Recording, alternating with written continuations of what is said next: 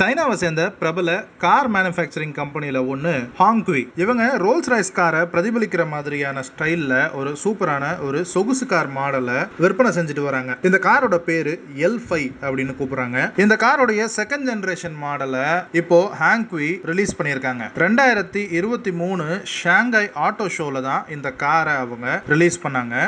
இந்த காரோடைய first generation ஏற்கனவே 2014 இருந்து சேல்ஸ்ல இருந்துட்டு இருக்கு. சைனாவை பொறுத்த வரைக்கும் காஸ்ட்லி கார்ஸ் லிஸ்ட்ல இந்த ஹாங்க்வியோட L5 காரும் இருக்கு. ஸோ அதே மாதிரி இதனுடைய லேட்டஸ்ட் ஜெனரேஷன் இந்த செகண்ட் ஜெனரேஷன் கார் கூட கொஞ்சம் ஹைலி பிரைஸ்டா தான் இருக்கும்னு எதிர்பார்க்குறாங்க. சரி, காப்பி அடிச்சு உருவாக்கின கார் தானே, அந்த கார் ப்ரைஸை கூடவா காப்பி அடிக்கணும், கொஞ்சம் குறைச்சிக்க கூடாது அப்படின்ற மாதிரி தான் இருக்குது.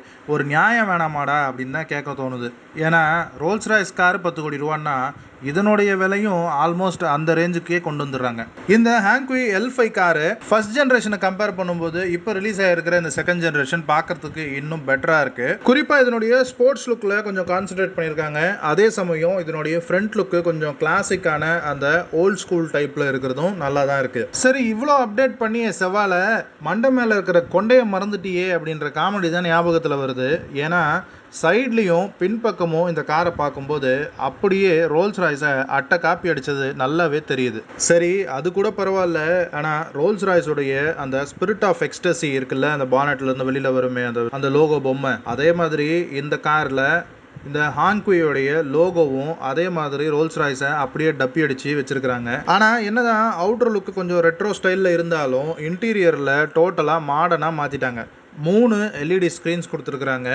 இன்ஸ்ட்ருமெண்ட் கிளஸ்டருக்கு 1, அப்புறம் இன்ஃபோடெயின்மெண்ட்டுக்கு 2 ஸ்க்ரீன்ஸ் கொடுத்துருக்குறாங்க. நல்ல பெரிய சைஸில் 2 ஸ்க்ரீன்ஸ் கொடுத்துருக்காங்க. அண்ட் இன்டீரியர் ஃபீச்சர்ஸும் அப்படியே ரோல்ஸ் ராய்ஸில் இருக்கிற ஃபீச்சர்ஸை தூக்கி இதில் வச்ச மாதிரி தான் இருக்குது. அண்ட் ஒரு சில ஃபீச்சர்ஸ் ரோல்ஸ் ராய்ஸில் இல்லாதது கூட இந்த ஹாங்க்வி L5ல இருக்குது. அண்ட் ரோல்ஸ் ராய்ஸை மிஞ்சிற அளவுக்கு இவ்வளோ ஃபீச்சர்ஸ் கொடுத்துருக்கிறதுனாலையோ என்னவோ தெரியல, ரோல்ஸ் ராய்ஸ் ப்ரைஸுக்கே டஃப் கொடுக்குற அளவுக்கு ஒரு ப்ரைஸ் டேக்கும் கொடுத்துருக்குறாங்க. சைனாவை பொறுத்தவரையில் இந்த காரோடைய ப்ரைஸிங் பார்த்தீங்கன்னா 6 மில்லியன் சைனீஸ் யுவான் வரைக்கும் இருக்கு.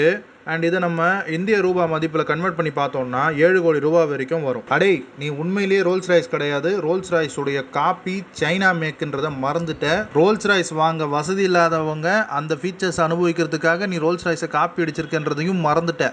ஏன்னா ரோல்ஸ் ராய்ஸுக்கு ஈக்குவலான விலையை வச்சேன்னா அந்த விலைக்கு உன் வண்டி ஏன் வாங்கணும், நான் ரோல்ஸ் ராய்ஸே வாங்கிக்க மாட்டேனா அப்படின்னு கஸ்டமர் ஃபீல் பண்ணுவான்ல. ஆனால் எது எப்படியோ சைனாவை பொறுத்த வரைக்கும் 2014 இந்த கார் வந்து ஒரு சக்ஸஸ்ஃபுல் சேல்ஸ் நம்பர்ஸில் தான் இருந்துக்கிட்டு இருக்கு. அண்ட் இன்னமும் இருக்கும்னு தான் எதிர்பார்க்குறாங்க.